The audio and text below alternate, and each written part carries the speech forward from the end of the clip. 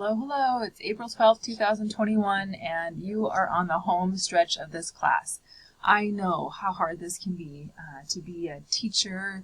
Like, you're working full time. Some of you are moms, some of you are athletes, and you're trying to handle all of these classes, and everybody wants something big at the same time, and it combines to be like a juggling act, and I completely 100% get that. That's why April is the hardest month in college. When you find that you're in elementary school, you will find that May is the hardest month in elementary school. Just because there is so much, you want to tie up all the loose ends, and there's all this extra stuff, and the weather is nice, and the kids are wanting to be outside. Everybody's kind of checked out. So I feel like April in post-secondary is kind of similar to May in first grade. It all gets a little bit crazy. But we'll get through it. Everybody does, and you'll be just fine. So kudos to you for keeping at it this long, and I appreciate what you've done so far in this class. Your discussions last week, true, and true. I absolutely loved hearing some of those. One of you talked to me, and it was profound what was said. So you said that you liked the movie of Coraline when you were younger, but when you're reading this book as an adult, you completely changed your mind. It no longer has the same value to you. It changed. So what happened? Was it perspective? Was it you growing older? Is it maturity in some of those situations? And I would say yes to all of the above. So when you are a young kid looking at something like this, you don't really see how dark and how ominous and demon-like those things can be, because you don't really have those life experiences. It's more like fun. So if you watched the movie Coraline when you were younger, some of you had mentioned that in the post. The one particular student said they loved the movie, and then reading this now as an adult, hated the book. That's completely fine. But if we can learn anything from this lesson at all, it is always pre-read your reading to your children. Like, you have to. 100% have to. Because what if you would pick up this book and like, oh yeah, I remember this movie, let's read it to my second graders. And then you're into it and you're like, okay, maybe this is not the best choice for a book for second grade. So always do that. Sorry, my phone just rang. So I would always pre-read these books. I had made this mistake a few times, not with chapter books, but with picture books with younger kids. I was like, oh, it looks like a good book. Let's just grab it off the shelf and read it. And some of them were fine, and some of them were terrible, like boring. And I lost my kids' entertainment value. The interest was gone. One of the worst ones I've ever read to kindergarten was a Strawberry Shortcake book. And at the time, I was a new teacher, and I was like, oh, Strawberry Shortcake, those girls will love it. I opened it up and I started reading it, and everything was like very delicious and very good and very funny. And I thought, this is ridiculous. And my kids have checked out. They like the shiny pictures and everything, but the storyline was so terrible that I will never read another Strawberry Shortcake book again in my life to kindergartners, because that was one of the worst things I've ever did, because I didn't pre-read the book. I did not pre-read the book. So always pre-read your books. It will make for a better experience for everybody. Your discussions this week on the extension activities for Coraline, whether you chose to read this book in your classroom or not, were pretty fantastic. Some of you said that you would read this for Halloween. I have never read this book to my kids in school, just because it wasn't my thing, but that's okay. You totally can, and that's why it was in here for a reason. For Halloween books, I always read Roald Dahl the Witches. And there's one section of one chapter at the beginning of that book that talks about how all women can be witches and you just don't know about it. And so one thing says if they are wearing gloves or if they have like blue teeth or something like that, that the teacher that's reading this book to you may be a witch. And then of course all the kids are looking at you like, oh my gosh. And so there has been a few times where I have worn like knit gloves and sucked on a blue Jolly Rancher before I read the book, just to get that entertainment value going. They thought it was hilarious.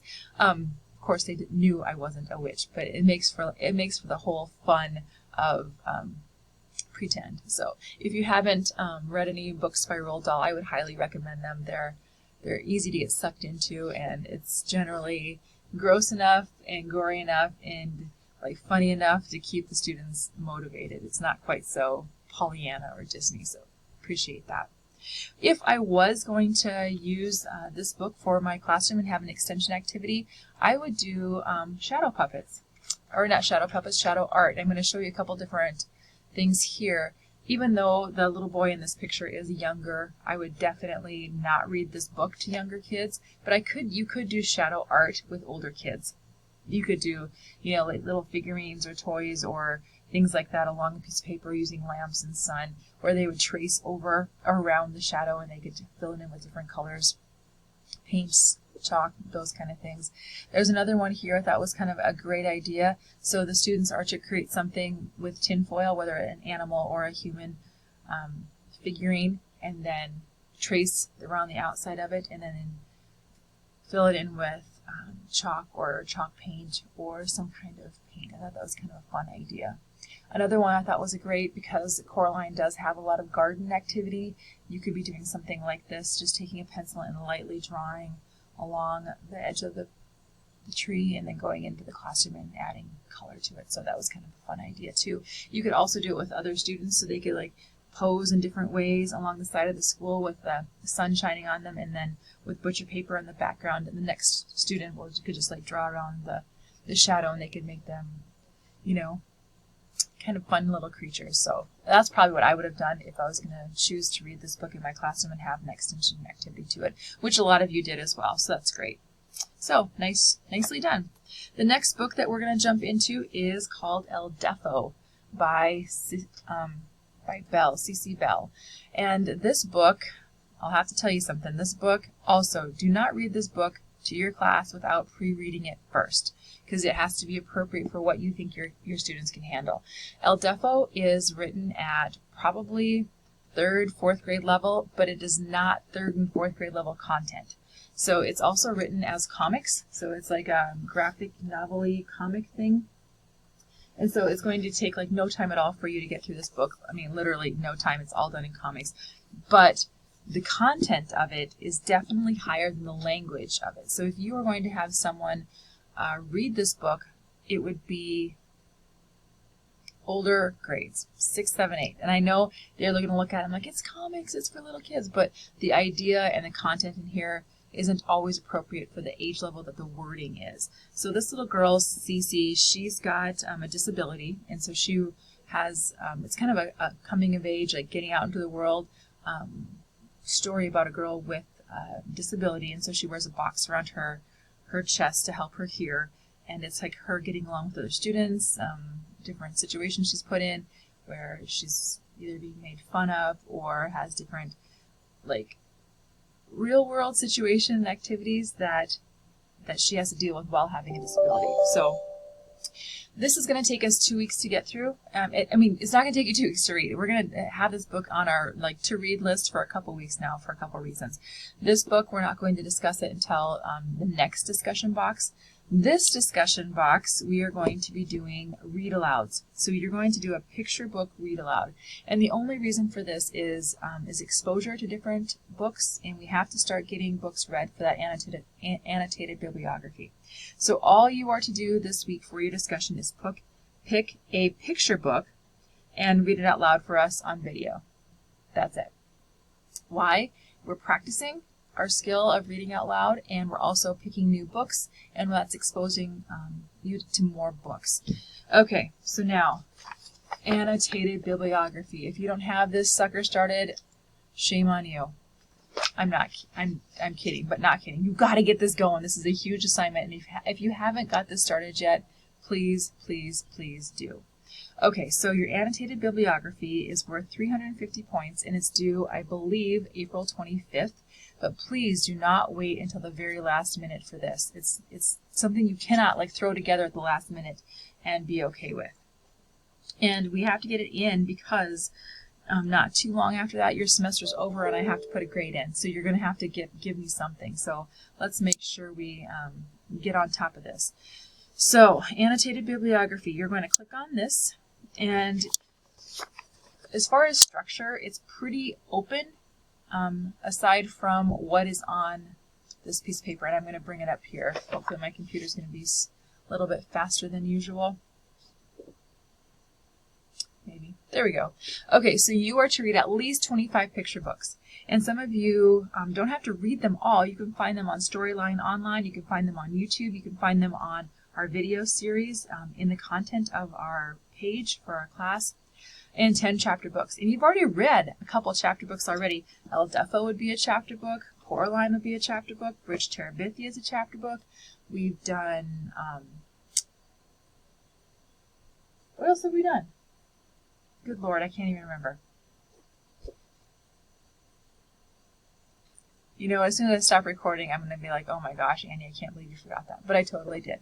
Anywho, so you've got 10 chapter books, and we have done a good chunk of them anyway. So you can think about other chapter books, and remember that children's chapter books are not going to be time-consuming unless you pick the ones that are more upper level. But if you're picking ones lower level, this should not be a huge time commitment. The huge time commitment is going to be the actual writing of each one of these and making sure you pick the right ones that have the right genre. So for instance, your realistic fiction, historical fiction, modern fantasy, traditional literature, poetry, nonfiction, those are kind of the genres that we're thinking about. And because we've read so many books in this class already, you already kind of have that under control. And you need at least 10 books that have a protagonist who is diverse in terms of ethnicity, exceptionality, religion. Here we go. This El Deafo will check a lot of those boxes right there. And so you can just like think about what, and those books can be chapter books, they can be picture books, however you choose to do them. At least 10 books must have been an award, have won or been an honor book from major prize. So Newbery, Caldecott, Coretta Scott King, and they will have these little things right on top of them, little seals, things that they have won. So that should be fairly easy to find. And one book may be counted in more than one category. For example, a book that was a Coretta Scott King honor book was published in 2012 about an African American family would count in all 3 of the categories. So it would be, although the book can count in 3 categories, it would only count as one book overall. So you still have to have the same amount of books, but you can check it off for different categories. So that would be totally fine. There is a reading log, and that reading log does need to be turned in, but it's honestly more for you than it is for me. Keep track of your stuff. Make sure you have what books we're reading, what you should be looking at, and so forth. How you actually put the bibliography together. It's pretty straightforward. So you're going to need the author, the publisher, the date, illustrator, what kind of medium they use, if it's appropriate. If they don't have one, don't put one down there. Awards that it is won, genre that it is, the reading level, and sometimes you'll have to look that reading level up because that's not always so clear. A brief summary, and I said a brief summary, so I'm thinking no more than 5 to 7 sentences on a good paragraph. The personal reflection, like the thoughtful process of it, like how are you going to, how is your feelings about the book? What did you think about the book? You can include any evaluation of literary quality, so like if you have personification, or if you have some foreshadowing, or if you have any type of help that's going to be helpful for those students to read that book, throw it in there. Classroom use, like how are you going to read this or use this book in your classroom? And it says 1 good paragraph per idea. So if you have got 10 ideas, of course we're running about 10 paragraphs, but let's just think volume of this paper, and maybe 1 to 2. That's probably what I would do, 1 to 2. So if you have any questions at all about this, please let me know, and please get started on this before April 24th, because it's due April 25th. This is one thing that you cannot put off because it's just too big. So please, please, please get on top of that. Okay, so if we go back to here, and you're going to find this information right underneath the activities or the assignment part of it under content.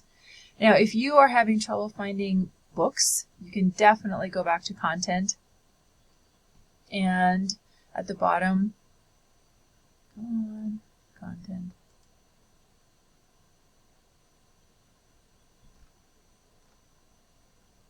Oh my goodness. Okay, anywho, on the bottom of content, you should be able to find a video series, and video series is going to give you all the picture, like, there we go, and picture books with different award winners on there, read by another instructor. So feel free to use that.